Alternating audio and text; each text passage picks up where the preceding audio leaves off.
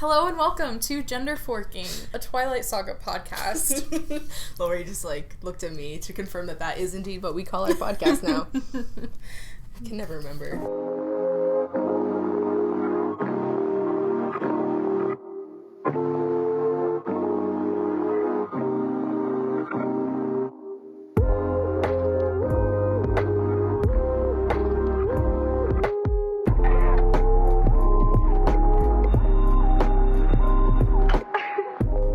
I kept forgetting to do this when we were recording the other episodes of this season. Mm-hmm. We have not reintroduced why our podcast is called what it is called. Oh, that's a really great point. Yeah, and it's not intuitive at all. Nope. As to why a Twilight podcast is called Gender Forking. So this guy, Stephen Whittle, he wrote this piece called Gender Fucking or Fucking Gender. Lori's eating apple crisp. Sam? So we wanted to name our podcast after, or we wanted something in our podcast to call upon or hearken back to, or nod to queer theory or feminist theory in some way, while also being a play on Twilight. Mm-hmm. It kind of very lightly both of those things. Yeah, so there's a piece of queer theory called Gender Fucking or Fucking Gender by Stephen Whittle, which is kind of celebrated as a classic piece of queer theory about what queerness is and what it means to subvert gender expectations specifically, and sexuality expectations. Mm-hmm. Which is called Gender Fucking. Yes, that is the term that he introduces in that piece. And as we were to fuck with gender. As we were starting our podcast, we were focusing on life and death, which of course has to do with that gender swap in quotations. Mm-hmm. Gender swap version of Twilight. So we knew we were going to be talking a lot about gender. And so we thought that was an apt title, and I think we'll continue to talk about gender. Yeah. Obviously. Yeah. So that's who we are. Yeah.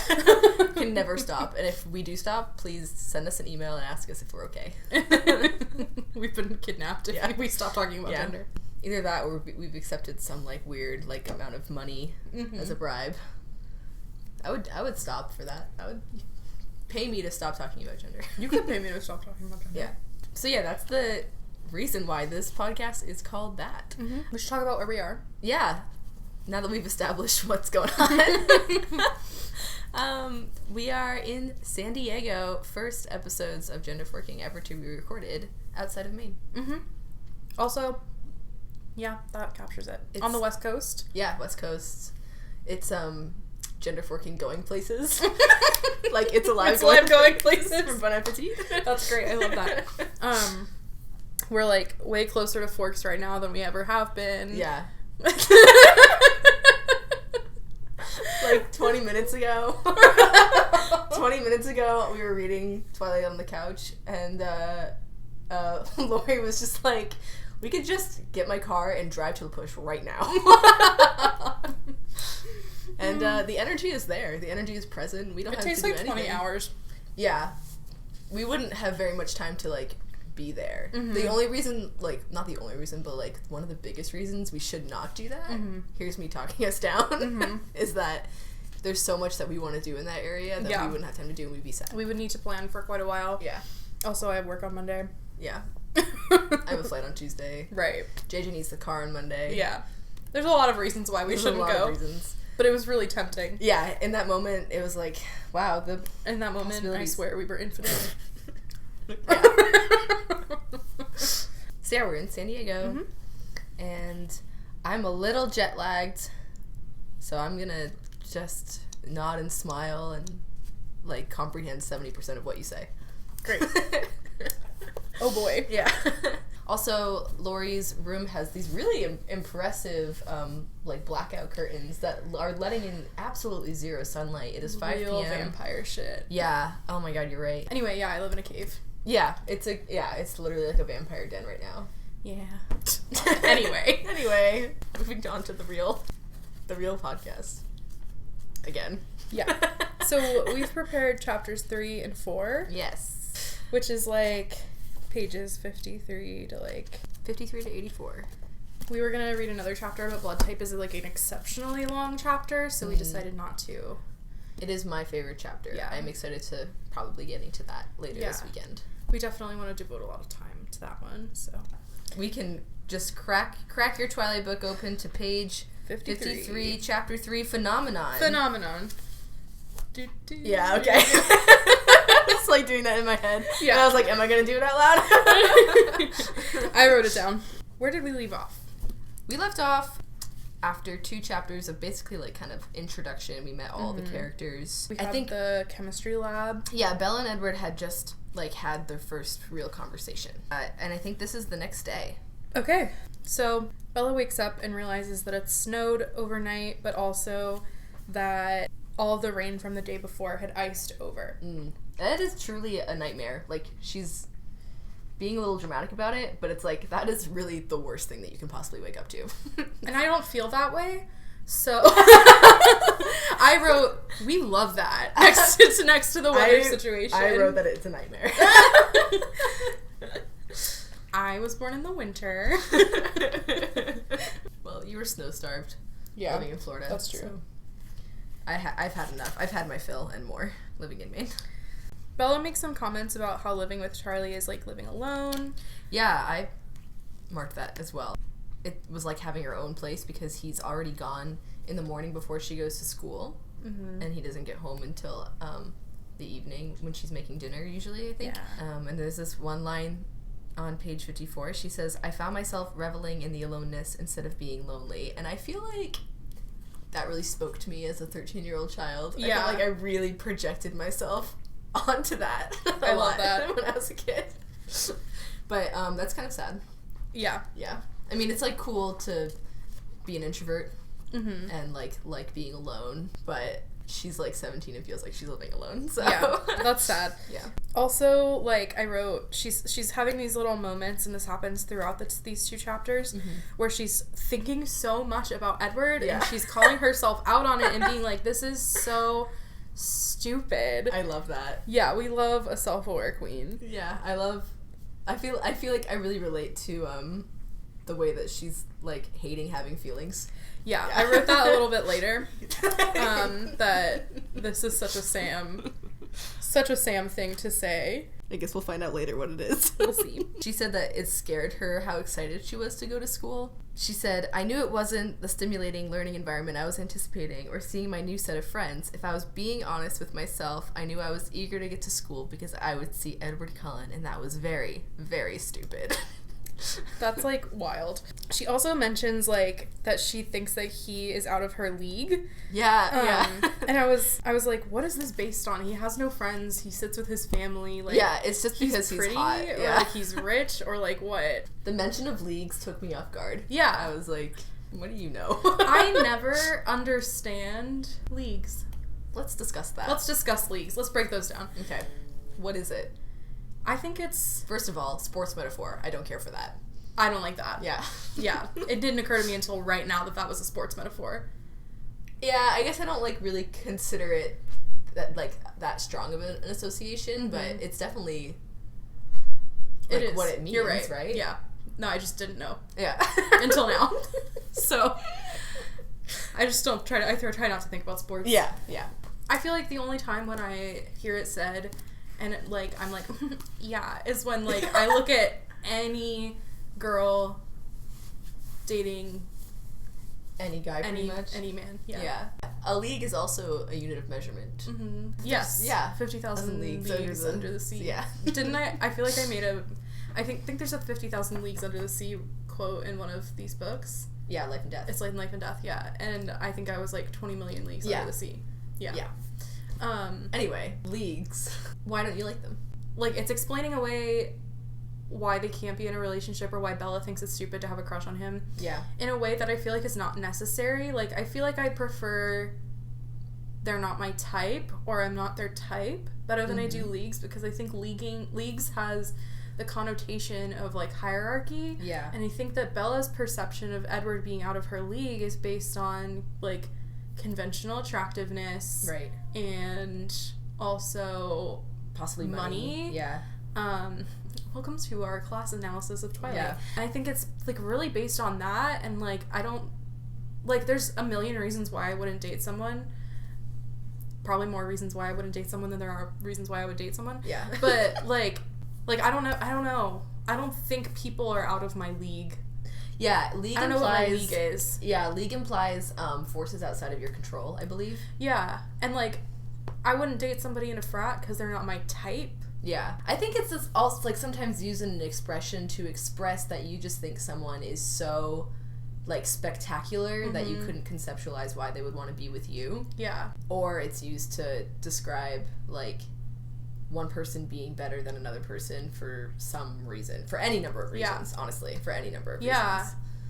And it's so weird because I feel like, especially looking back on Twilight as a story of high school romance, no offense to the high schoolers that are listening, but, like, you're 17.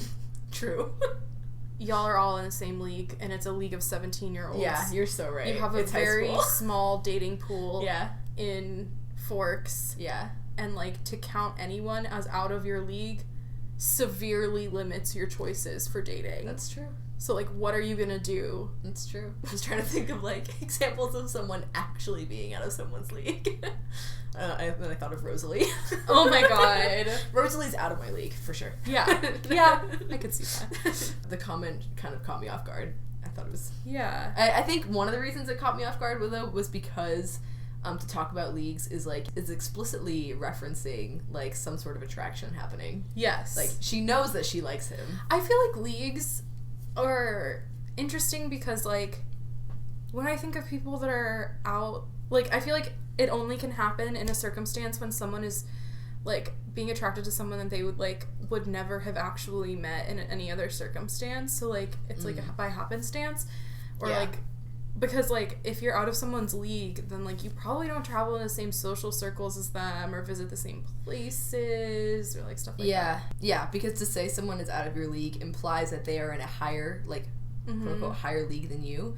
But also, you could also, like, the literal meaning of that would just mean that someone is in a different league than you, which could be, like, a quote-unquote lower league. Yeah. And I guess, like, if we're going to take this metaphor to Belle and Edward's relationship, then if they are in separate leagues, like, they are out of each other's leagues, which are the leagues of humans and vampires. Yeah. So, like, I think they're kind of off limits to one another, but in a sense that she's not even, like, on a whole other level that she's not even aware of. Right. At this point. That's true. I'll talk about it a little bit more later, because I feel like throughout this chapter, she's actually weirdly self-assured. Yeah. Of the things that she sees and that she knows. Yeah, she is, like, Edward... We'll talk about this later. Yeah. But my point is that she's really self-assured of that about herself, but she's not... Lori's laying down. I'm not. She's not self-assured of, like... She doesn't have, like, self-confidence. And obviously, like, those are two different things. And it's, like, very common, I think, for a 17-year-old to not have self-confidence. She trusts herself. Yes, a lot. 100%. She trusts her opinion and her observations and her intuition. Yeah. What do you think of leagues? Let us know. Let us know. I feel like it's just, like, not a fully fleshed out thought, but, like, it's, like, weird. Is the end comment of that. She also kind of goes on to talk about that when she's talking about, like, she's so thrown off by Mike and Eric. Yeah. Being attracted to her. And she was like, I looked exactly the same as I had in Phoenix. And I was like, this also plays in, or this is, like, brings up for me, like, the idea of being, like, a Phoenix, for example, like a Phoenix 5 and a Forks 9. Yeah. Which I hear people talk about so much in San Diego because a lot of the people that I go to school with are from other, like, smaller towns or smaller areas of California. And, like, they're like, yeah, I was, like, I'm gonna say Oxnard, because it's a fun town and it's the only place that I can actually remember that I know someone from. If you're, like, an Oxnard 5 and, like, I'm a San Diego, or no, an Oxnard 10 and you're, like, a San Diego 5, because everyone has this, like, idea that everyone in California, or everyone in San Diego and LA are, like, so beautiful, which is not necessarily true. It's just that, like, a lot of, like, people that look exactly the same flock here.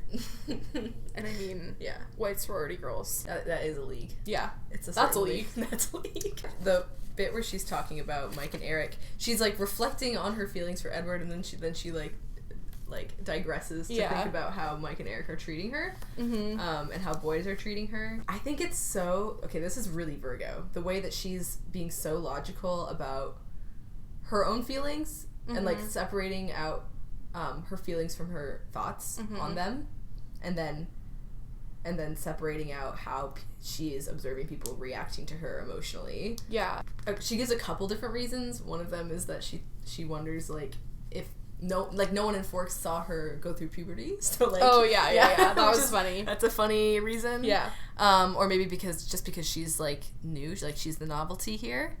And then I really liked this one really self-aware reason that she gives. Possibly my crippling clumsiness was seen as endearing rather than pathetic, casting me as a damsel in distress. I thought that's very, like, kind of retroactively self-aware, because that's something that, like, is critiqued about Bella as a character. But she's very aware of, like, the way that people might perceive her to be that way. Totally. And I think that does come up in various forms throughout the saga of, like she can't take care of herself, or, like, A, B, and C, in various different contexts. But I think this is interesting. I was thinking about this, like, throughout this chapter. I wrote down a few times that I thought Bella was being extremely observant, and then I found myself thinking, like, is that by nature a part of first-person narratives? Yeah, I don't know. Maybe all people that are narrating stories like this, like, we only get to know what Bella knows, so maybe she has to be observant. But I was, like, thinking, and I was like, maybe I can think of another book, but I've never read a book as closely as I've read this one. Yeah, especially not, like, another YA book. No. I mean, as you were saying that, I thought about Harry Potter. Yeah. And Harry Potter is third person. It's, like, third person POV. It's, like, only really through Harry we occasionally get other things, I think. But Harry's kind of notoriously an unreliable narrator. There are unreliable narrators in literature, but Harry, people joke about him being kind of obtuse because, like, of all the stuff that he misses. That's, like, going on around him. But that's definitely not the case for Bella. We get Stephanie Meyer has allowed a lot of information to filter through her. Totally. I thought a lot of the stuff that she's saying in this section was really funny, and, like, the way that she was going about it was just, like, hilariously self-aware, and I wrote down that, like, you can't make this shit up, but Stephanie Meyer sure did. Oh my god. Even when it comes to this car crash scene, because this is where she gets hit by Tyler Crowley's car. Even in this scene, like, it says, I saw several things simultaneously. Nothing was moving in slow motion the way it does in the movies. The adrenaline rush seemed to make my brain work much faster, and I was able to absorb in clear detail several things at once. Yeah.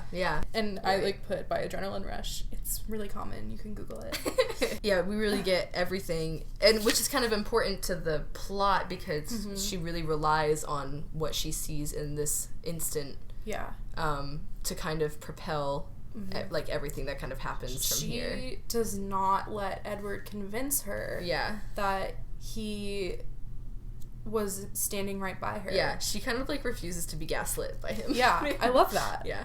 I really, really like the way that Stephanie Meyer wrote out the... Oh my god, literally the crash. Same. Is that what you wrote? I wrote, no offense, but Stephanie's a good writer. Yeah. Page 56 in particular, I like the way that she's writing out everything that's going on. I just felt like, I don't know, I just really like it. I don't know, like, if it's, like, a nostalgic part of me that enjoys it. That's probably part of it, but it's just, like, written, and it's not, like, matter of fact, because... It's not, because she's not, like, the car hit me. She never writes it like that. She's, like... It's just, it's descriptive, but not in a way that's, like... overbearing. Yeah, it's really good. She manages to describe this entire crash in just over one page, which I think is really cool and, like, actually pretty hard to do. Yeah. And you get, like, a really good visual understanding of what is happening between like the car coming and, like, all the things that Edward is doing at superhuman speed. Yeah. And you also find out at the same time that Bella realizes that it's Edward. Like, she is like, someone was with me and the voice was impossible not to recognize. 2 long white hands stood out protectively in front of me, blah, blah, blah. And you don't find out it's Edward until she does, when he talks. Yes. She distinctly noticed before she saw the car coming that she saw him far away, and that is something that she is able to, like, stick with. Yeah. Which is really inspiring, because I feel like if I were in the situation and Edward Cullen was like, no, I was, like, right there, I'd be like, oh, yeah, you're right. I know, I totally would have done the same thing. Like, first of all, like, I would never have been observant enough to know when, like, who was near me in the first place. Yeah. Second of all, like, if someone's like, no, it happened like this, I'm like, you're right. Yeah. Even if I don't think they're right. Yeah. I'll just be like, uh-huh. Yeah, like, sure. It's a fun thing about me. Gullible. Yeah. Something that I wrote about this section as well is that as the crowd of people, like, comes up on them, they are crying. Yeah. And I thought, like, wow, this happened really fast. Like, they thought she was dead, probably. They thought she was dead. Also, like, what a quick reaction to have. Yeah. I don't know. I'm a crier, but it takes me a second to process. It must have been pretty traumatic. Yeah. I think, and something that keyed me into that later on was that, I don't know, it might even be in the next chapter, was that Bella mentioned that Tyler's family had to sell his van for parts. Like, his van was no longer drivable. Yeah. Which they don't really show in the movie. He keeps that van in the movie. I also wrote down that, or, like, thought about that, like, the way that they described Tyler's face being cut up, like, in a ton of little cuts all over his face. There's, like, one gash on his face in the movie, and I think that it kind of underplays the severity of the car crash scene. Yeah. Like, I also feel like maybe I've seen it so many times that it doesn't impact me as much, but I think, like, they really play it down. I wonder, maybe for ratings or what. I don't know, maybe because they had such a low budget. Yeah. But one thing, I think if I'm reading the page correctly, the way that it's done in the movie is, like, the car is coming at her, like, sideways, and then Edward, like, grabs her and pushes the car away, but in the book here, it's, like, I think he stops it twice. Yeah, he does. He stops it from hitting her one way, and then he has to move her, and then he stops it again. Yeah. He takes Bella down the first time. Yeah, yeah. She doesn't fall to the ground. No. He comes out of nowhere and pushes her down so that she doesn't get hit by the car, and then pushes her into the car next to her so that she doesn't get hit by the car again. Right. And it's his shoulders that stop the car. Yeah. The second time, I think. It says one was set, then his hands moved so fast they blurred. One was suddenly gripping under the body of the van, and something was dragging me, swinging my legs around like a rag doll's till they hit the tire of the tan car next to hers. And then, like, then she sees the van land to where her legs had been a second ago. Yeah. And then one thing that I really like about the book that is different than what's in the movie is that okay, in the movie, he saves her, says nothing, gets up and, like, hops over her car and runs into the woods. He does. Yeah. But in the book, he stays with her the entire time. Like, in the ambulance, he brings her. He accompanies her to the hospital, which is so much more responsible. I also thought, like, it was nice that they had a conversation immediately after it happened. Like, immediately after it happened, they have this initial conversation of Bella's like, "How did you do that?" And he's like, "That didn't happen." And she's like, "Yes, it did." And he's like, "Please let me explain it to you later." Yeah. Which I think is so much more responsible on Edward's part. Right. Because, like, he needs to make sure that his back is covered. If, like, Bella's like, "Oh my god, he ran so fast." Blah, blah, blah. Yeah, I mean, the smart thing to do, I mean, he keeps talking about, like, the smart thing is to, like, for them to, like, stay away from each other. Yeah. For whatever reason, for various reasons. But the smart thing to do would really to befriend her. Yeah. And, like, make sure that everything is, like, smoothed over. Yeah. Another thing that I just feel like the tone of this is so different from the movie. Yeah. And, like, rereading, every time I reread this book, I'm, like, recovering from, like, how dramatic the movie is. I love the movie, but, it's like, really dramatic, but I feel like it really underplays Bella's humiliation, which is a huge part of this part of the book. She is, like, that's true. Not so much traumatized as the near-death experience as she is about having the attention of the entire school on her. Yeah. She is, like, mortified about this neck brace she has to wear. She's, like, beside herself about the stretcher. She really gives no fuck about almost dying. No. Ever, at any point in the series. Never. Ever. She values her life very little. Yeah. Oh bells. Another thing that is really different in terms of tone, in addition to Edward, like, just simply being there, is that he's kind of, like, already, like, he's not brooding, you know, is what I'm trying to say. Multiple times is kind of, like, joking with her, even, like, immediately. He says, Bella, are you alright? She says, I'm fine. He says, be careful, I think you hit your head pretty hard. And then she says, I became aware of a throbbing ache centered above my left ear. And she says, ow. And he says, that's what I thought. His voice amazingly sounded like he was suppressing laughter. Yeah, he's he's laughing. Yeah. And then he does that, like, several more times throughout the chapter. Yeah. When they're at the hospital, too. I also noticed that, and this is observable, I think, in the movie, that Bella picks up that Edward's family is not concerned at all for his safety. Yeah. And she thinks that's really weird. She says that their expressions range from disapproval to fury. And I was like, LOL, it's Emmett and Alice that are disapproving, and it's Jasper and Rosalie that are furious. I know it. Yeah. You can tell from all the things that she's observing and the way that she's narrating it that she's, like, not concussed at all. She hits her head a little on the ground, but she's definitely okay because she observes things like that. Also, she's so stubborn. They're starting to argue about what actually happened on page 58. She's like, I saw you do this. She narrates, I was right and he was going to admit it. Just such a mood. I just feel like reading the narration of Bella, how could you think that she doesn't have a personality? I know, I'm so amazed every time. Like, how I can pick up you this book. think she doesn't have a personality? She's observant as hell, and she sasses everyone in her life. Yeah. She's, like, absolutely savage when she turns down the 3 people that ask her to the dance. That's so funny. Like, I can't wait to get there. It's, like, how could you think? Yeah. Like, she's full of personality. Yeah. She talks with Tyler, who's, like, really apologetic. And then Edward comes in, and so does Carlisle. Yeah.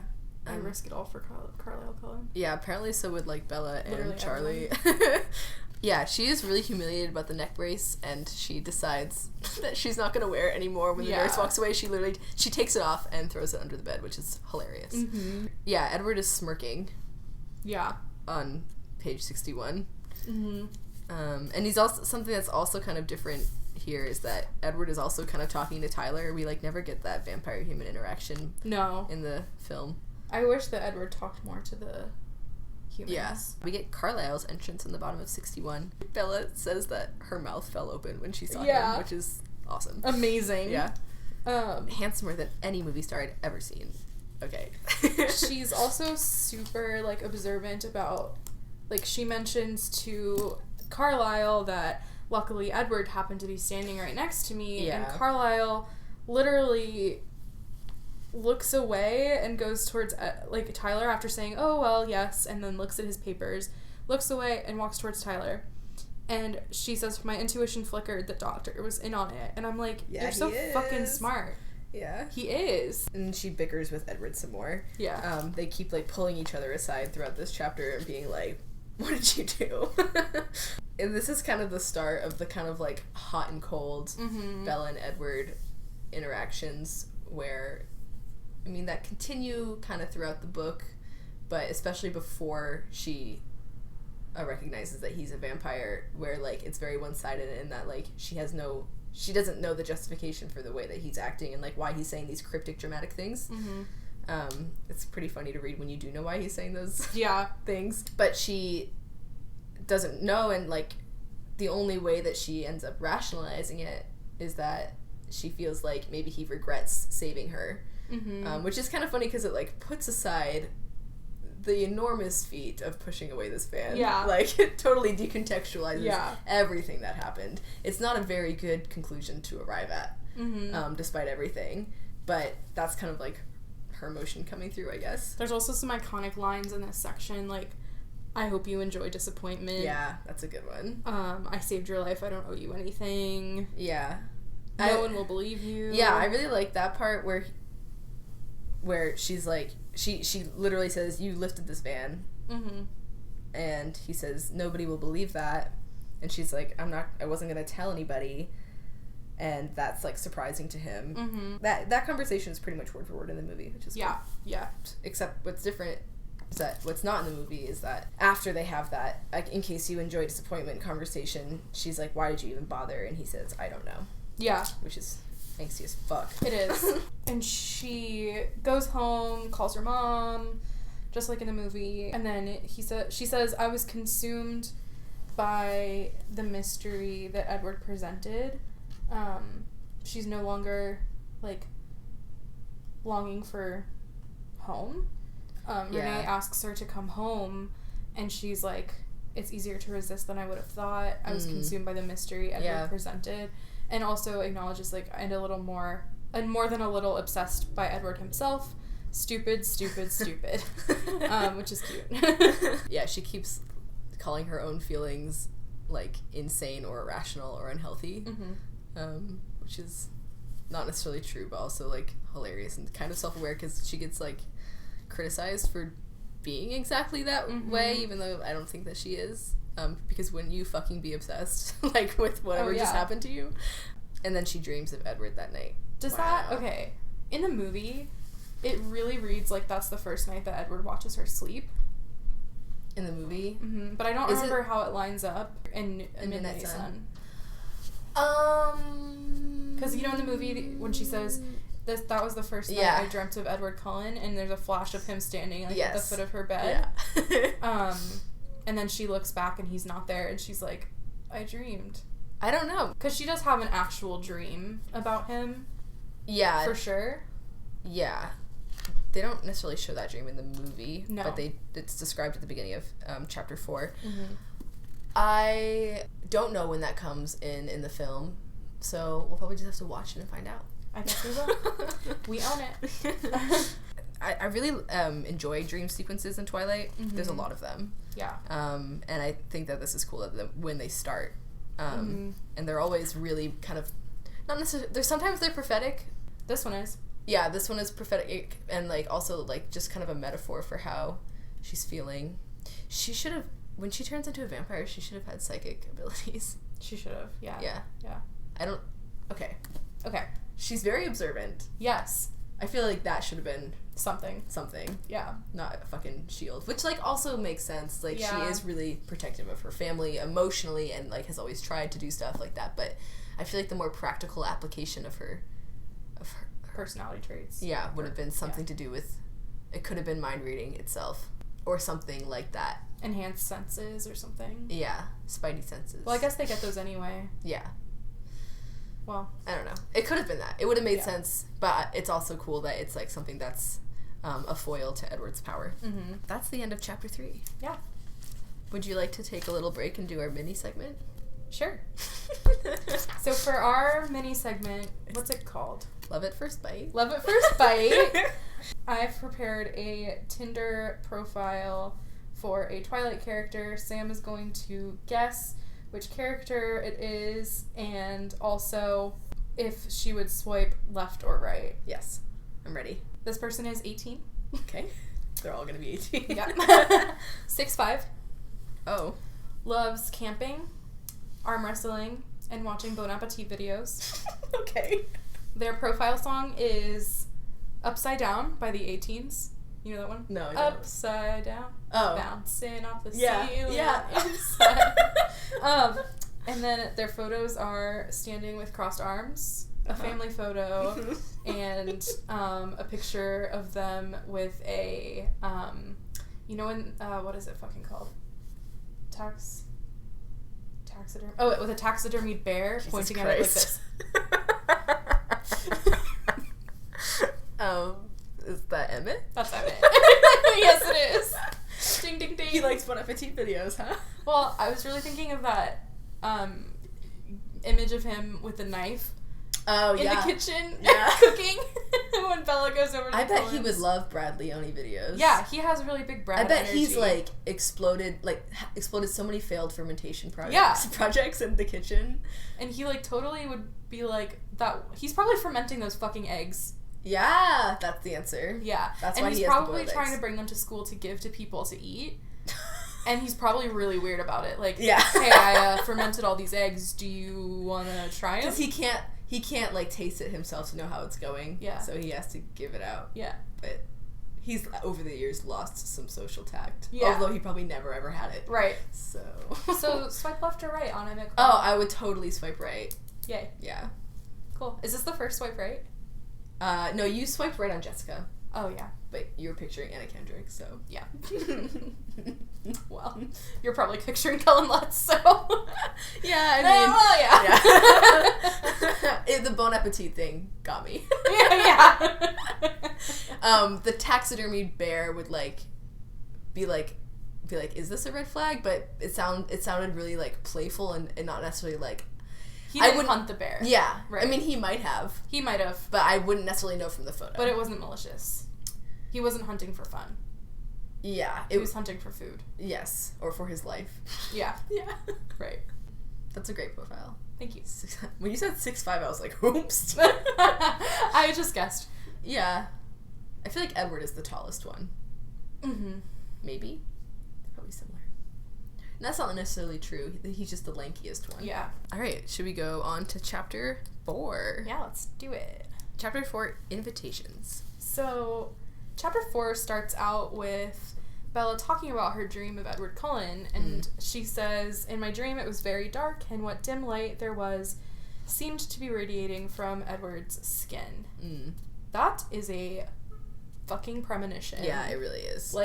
She really nailed that one. Yeah. How does she not ever, think about, wow, my dreams come true? I know. She doesn't ever think about that. So maybe she's not that observant. Damn. In the dream, she sees him from behind, and she's trying to catch up to him, but she can't, no matter how fast she runs or how much she calls out, which is kind of a metaphor for everything that's happening. Yeah.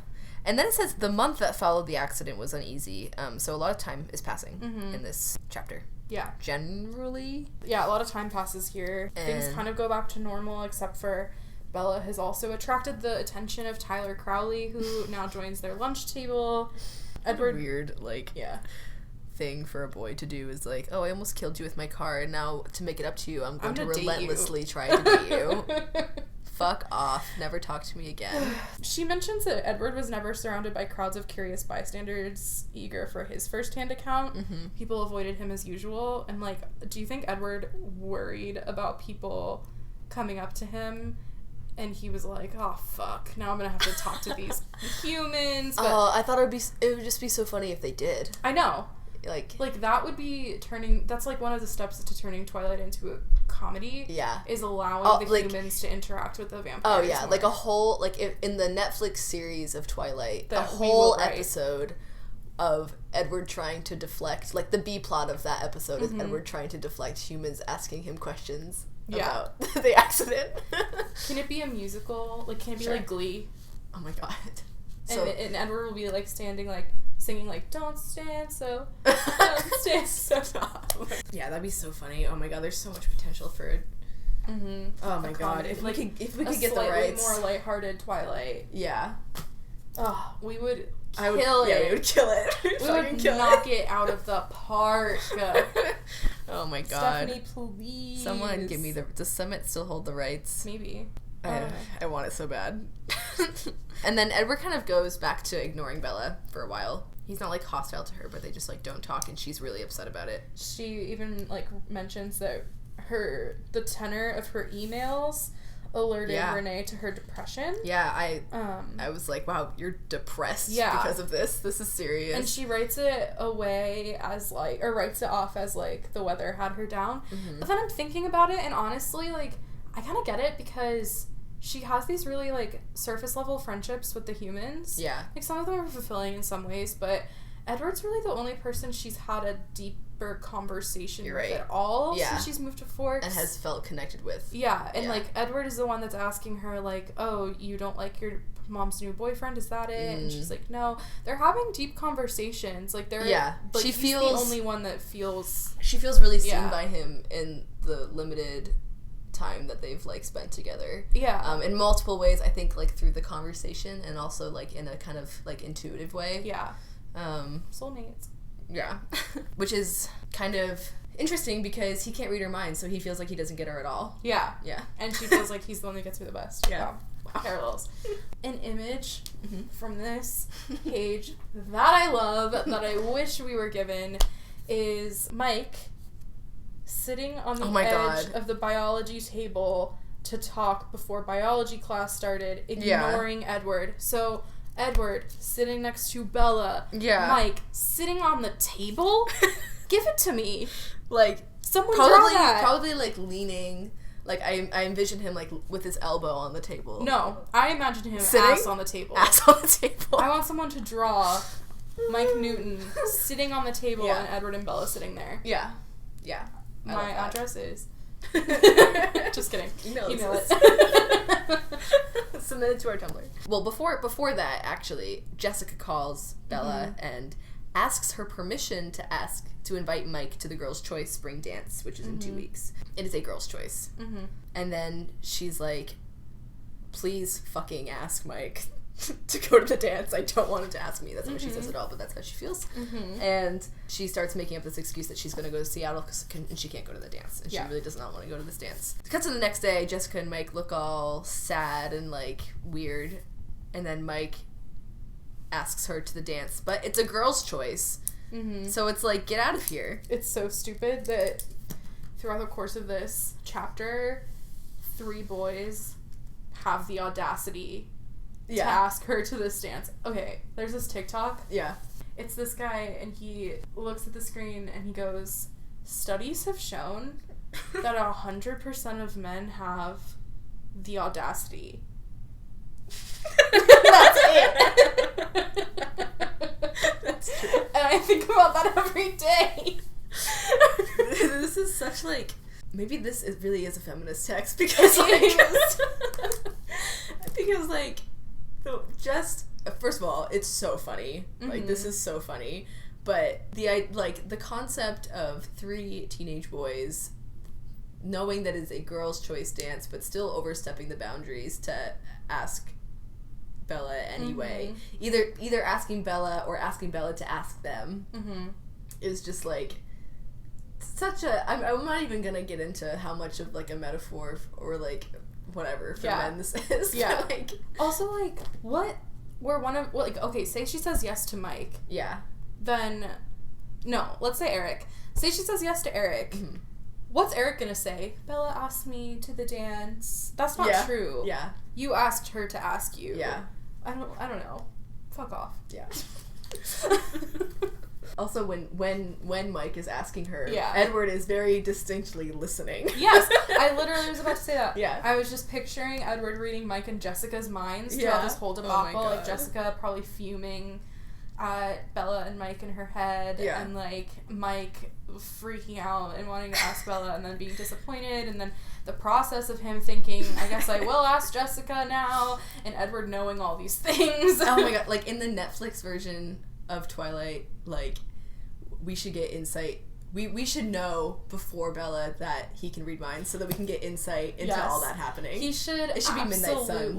It should. Yeah. Oh, that'd be so good. We should absolutely have a split screen where every scene happens and then like Edward's internal thoughts are on a split screen. Yeah. Or like what Edward is being able to like overhear is on a split screen or something like that.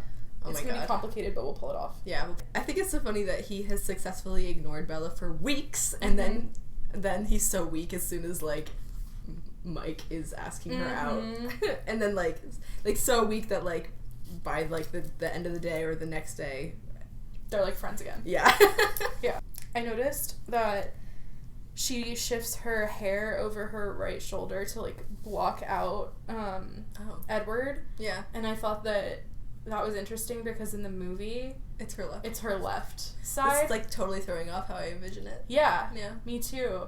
And so I'm thinking either Bella sits on the inside of the table, which absolutely rocks my world. Like, that's what is happening. Yeah. Or they sit on the other side of the room. The fuck is up with that? I don't know, but it's bending my worldview. The inconsistency between the book and the movie is just unacceptable. Yeah, I'm gonna sue. Just kidding. But I did pick it up, so... Yeah, that is... Hello. Changing. She once again refers to... Well, it's Edward's level of influence over Bella as pathetic. More than pathetic, it was unhealthy. On page 74. And then, after after Mike asks her out, Edward starts talking to her again. And she's like, what, are you speaking to me again? It's an amazing line. Yeah. It's, again, like, people without personalities don't go off that hard. In the book, she's allowed to be so confrontational and emotional in a way that's very different from the movie. I'm not going to say that she's not emotional in the movie, because I think that she is, but it's like the width of it, or the breadth of it, is a lot more here. Their bickering is so good. And he starts going on the bullshit of it's better if we're not friends, trust me, and we're gonna get that for like a couple chapters, and I'm gonna complain about it every single time it comes up, so just get ready. Yeah, they have like an angsty conversation where she is like, what's the word? Accuses him of feeling like regret for saving her life, and he's like, fuck you don't know anything. But instead of being like, no, that's not how I feel, he's just like, fuck, you're dumb. On the next 2 pages, literally in the span of 2 pages, she gets asked to the spring dance twice. Oh my god. First by Eric. And then Edward cuts her off, which is hilarious. Edward cuts her off in line to leave the parking lot after school, because he knows that Tyler is about to get out of his car and ask Bella to the dance, and he's like listening, and she notices that later that he's laughing in the mirror, in the rearview mirror. I think it's so funny. On 77, she said, when he's about to ask her, she says, this could not be happening. Yeah, but it is. Oh my god, these boys, I'm gonna kill them. Yeah. And then she notices him laughing, thinks about hitting his car. Yeah, that's amazing. And then goes home and cooks chicken enchiladas. Yeah. To distract. That's like such a mood. Like, it's complicated, so she's using it to distract herself. And Jessica calls her again, saying that Mike asked her to the dance, and then Bella's like setting up the other boys with her other friends so that she doesn't have to deal with it. I love Matchmaker Bella. It's like amazing, like the number of times that she talks on the phone in this horrifies me. Yeah. And I envision like a 2005 like cord phone. Yes. I love that. Like with the spiral cord. Yeah. Amazing. There's a lot on page 79. So there's this whole section about stuff that we've already mentioned, but it's more about how she is perceiving herself in relation to Edward. She says that she is actively trying to analyze every word Edward had spoken today, which is so Virgo. Yeah. Shout out to the Virgos out there. Yeah. Alexis and Shania. All of you. Are you okay? What did he mean? It was better if we weren't friends. My stomach twisted as I realized what he must have meant. He must see how absorbed I was by him. He must not want to lead me on, so we couldn't even be friends because he wasn't interested in me at all. And then she thinks, of course he wasn't interested in me. I thought angrily, my eyes stinging. A delayed reaction to the onions. I'm like, a delayed reaction? You cut the onions a while ago. I wasn't interesting, and he was interesting and brilliant and mysterious and perfect and beautiful and possibly able to lift full-size vans with one hand. It really sounds like every Virgo I know talking about a romantic interest. Yeah, yeah. It makes me sad that she doesn't think that she's interesting. Yeah. On a couple different levels. Like, one, it's sad just because it's sad. I guess, that, like, she doesn't have any self-esteem, which is kind of expected of a 17-year-old who's had to, like, undergo as much responsibility as she has. But, I don't know. I feel like I'm trying to think about, like, the impressionable 12-year-old I was when I read this, and I just feel like there's something there. I don't know. I feel like... What am I trying to say? I don't know. You don't know? Okay. No. So you can't help me. No. I feel like I adopted... some ideas from this book, and I feel like I adopted some of Bella's low self-esteem when I read this, because I liked her so much and wanted to be more like her. And I don't think that this is the only piece of media that does this at all. No. I just think it perpetuates the already existing idea. I don't know, or not the idea, but just like the kind of common practice to think lowly of yourself. Not in a way that's, like, especially toxic or anything. Right. Like, you're fine. Yeah, it's fine. But I feel like, I don't know, when I read that, I just, like, that immediately popped into my head. That's interesting. And that, like, it was normal and that's normal and expected to kind of, like, put yourself down when you're interested in someone else, and to be like, this person cannot possibly be interested in me, instead of like kind of backpedaling and like thinking about that in a way that is more healthy, which is interesting because she's already thinking about which of her thoughts are healthy or not, but she doesn't seem to like constructively think about her own self-esteem. Negative self-talk and stuff. Yeah, there's a lot of negative self-talk. Yeah. The other thing on this page, we talked in a previous episode about how she had no future planning. Yeah. This is like the only future planning she thinks we get about here. Going to school in the Southwest or possibly Hawaii, and then sunny beaches and palm trees and a scholarship.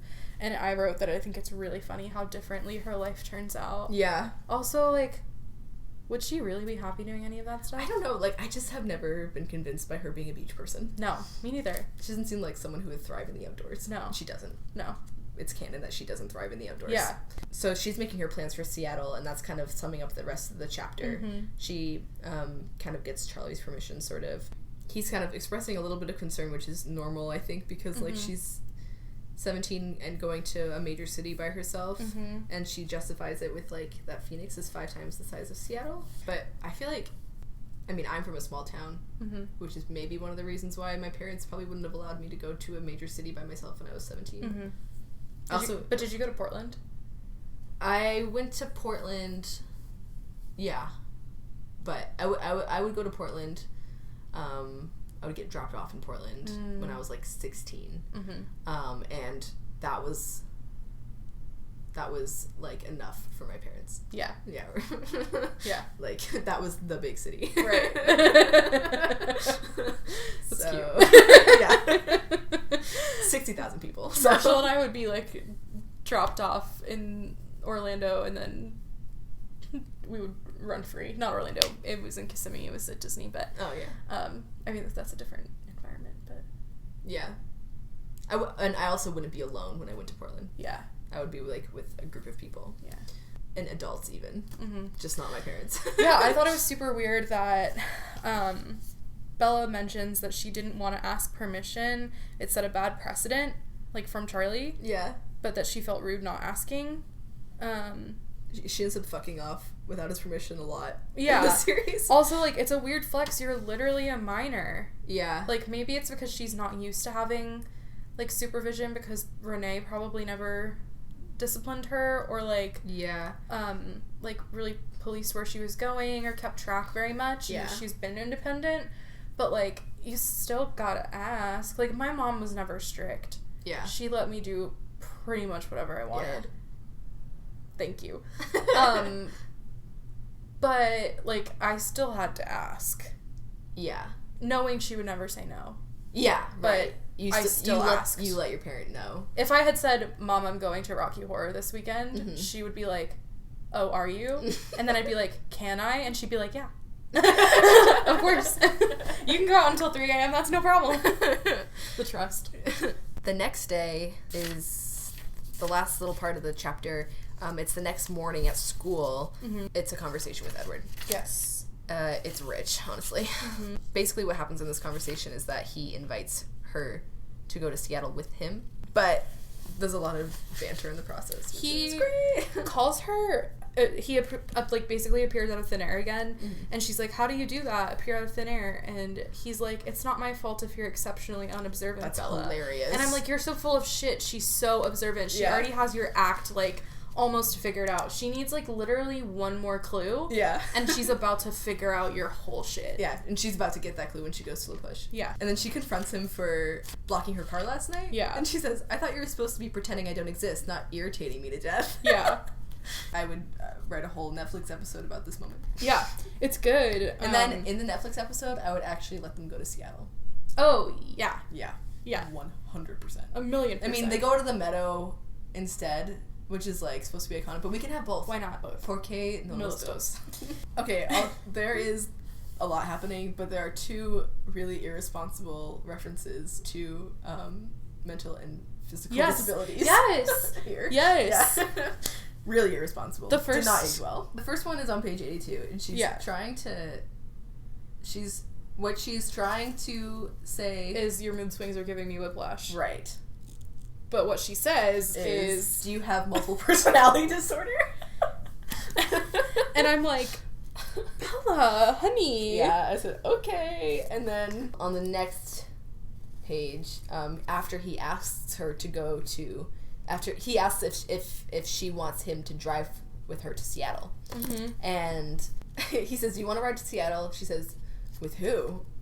And he says, myself, obviously. He enunciated every syllable as if he were talking to someone mentally handicapped. Stop. It's like, stop doing that. Also, here's how I would have written that sentence. Yeah. He enunciated every syllable as if he was Severus Snape. That's funnier. That's funnier. As if you were Alan Rickman in Harry Potter and the Chamber of Secrets. I'm like pissed that Harry Potter's never referenced in the Twilight Saga because and vice Bella... versa. Yeah. Of course. That'd be really impressive. Bella is a bookworm and she's absolutely read Harry Potter. Yeah. And like it's this universe is no different from our world in any way except for the fact that there are vampires and werewolves. So what I just heard is this universe is no different than our world in any way. There you go. And Harry Potter exists was the point that I was trying to make. Yeah. So we were reading this on the couch and Lori like put the book down and we started screaming about probably the best line in the book. Which is the wasting of finite resources is everyone's business. Edward. We should probably read that whole conversation just so like people know what it is. Here, I'll be Bella. Okay. Wait, where are we? My truck works just fine. Okay. My truck works just fine. Thank you very much for your concern. Should I read the... Yeah. Okay. I started to walk again, but I was too surprised to maintain the same level of anger. But can your truck make it there on one tank of gas? He matched my pace again. I don't see how that is any of your business, stupid shiny Volvo owner. The wasting of finite resources is everyone's business. Comedy gold. What are the awards for comedy? I will give one to Stephanie Meyer. Okay. You're gonna hate this. Okay, here it comes. Here it comes. Top of 84. Okay. Honestly, Edward, I felt a thrill go through me as I said his name, and I hated it. And I wrote, huge Sam energy. That's how she talked about Alex for like 3 months before she finally admitted that she liked him. No, it was something like 2 weeks. It felt like 7 years. Yeah, it did feel like 7 years. Oh, that's really funny. That is really me. Oh, it's so dramatic. I said that it would be better if we weren't friends, not that I didn't want to be, made it into the movie, and it's so dramatic. Mm-hmm. I love her sarcasm. It's so, especially like taking that line out of context and putting it in the movie. Yeah. In that incredibly dramatic scene that it's in. When he catches the apple. Yeah. And like, that isn't as dramatic as like some of the other scenes. And then he has the audacity to say, it would be more prudent for you not to be my friend, he explained. But I'm tired of trying to stay away from you, Bella. She freaks out when they first start having this conversation. Yeah. Because he says, I was wondering if a week from Saturday, know, the day of the spring dance. And she says, are you trying to be funny? Everything about this conversation is great. It is super good. And that's really the end of chapter 4. He says he's tired of trying to stay away from her, and then literally 2 inches later on the page he says, you really should stay away from me. I'll see you in class. It's amazing. And then that's where we left off. So next time we'll talk about Sam's favorite blood type, which I haven't read in a long time. We're gonna wrap up this episode. Quick little insight into recording is that Lori and I frequently forget to do the Forks cast. Yeah. And I'm not even going to pretend that and, like, do what we usually do, which is, like, do it at the end and then edit it towards the beginning for posterity. I'm going to do that. What's it like right now? Right now, in Forks, it is 56 degrees. My cat is sniffing the microphone. Oh, don't walk on my laptop. Darcy, don't laugh. Don't. There's so much cat content in this episode. He was really, like, laying down in the hallway being absolutely silent until we started to record, and now he wants to hang out. Yep. In Forks right now, it is about 8:48 p.m. It is 56 degrees and raining. There's a 100% chance of rain for the next 2 hours. And then tomorrow it's also going to rain. Thanks for listening. You should join our Patreon. Yeah, we have all kinds of fun content. Yeah, some really kind of like out there exclusive content coming up with these episodes. We have some new fun bonus content. Yeah, playlists every month, newsletters every month. Love the newsletters. You can get some really good recipe recommendations from us. We made a chai spice cake last night. That's really good. Yeah. With really good cream cheese. You don't get the frosting. recipe unless you subscribe to the Patreon. Absolutely. What else? Yeah, you should subscribe to the Patreon because you get to be in a Discord server with all the other patrons, and that's really fun. Everyone's cool and fun and fresh. Everyone's really cool and fun and fresh. Thanks to all of our patrons for supporting this. It's insane. Really, really surprising. And really fulfilling. We have 22 patrons right now, and if you are one of the first 45, you get an Edward Cullen button for no additional charge that we will send you in the mail. It's a really cool button. It's the scene of him where it looks like the owl behind him in biology class is his own wings. Yeah, it's awesome. Yeah, so definitely take advantage of that. Yeah, that's all, Forks.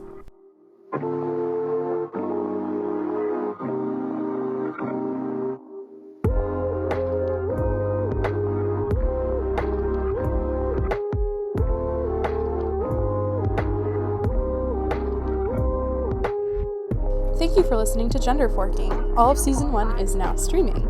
To stay updated about the podcast, follow us on Twitter and Instagram at genderforking. For more Twilight content from us, you can follow our blog at bowlingshirtbellas.tumblr.com. For other inquiries, email us at bowlingshirtbellas@gmail.com. If you're interested in supporting the production and maintenance of this podcast, head to patreon.com/genderforking. The music you are hearing is from O Lucifer.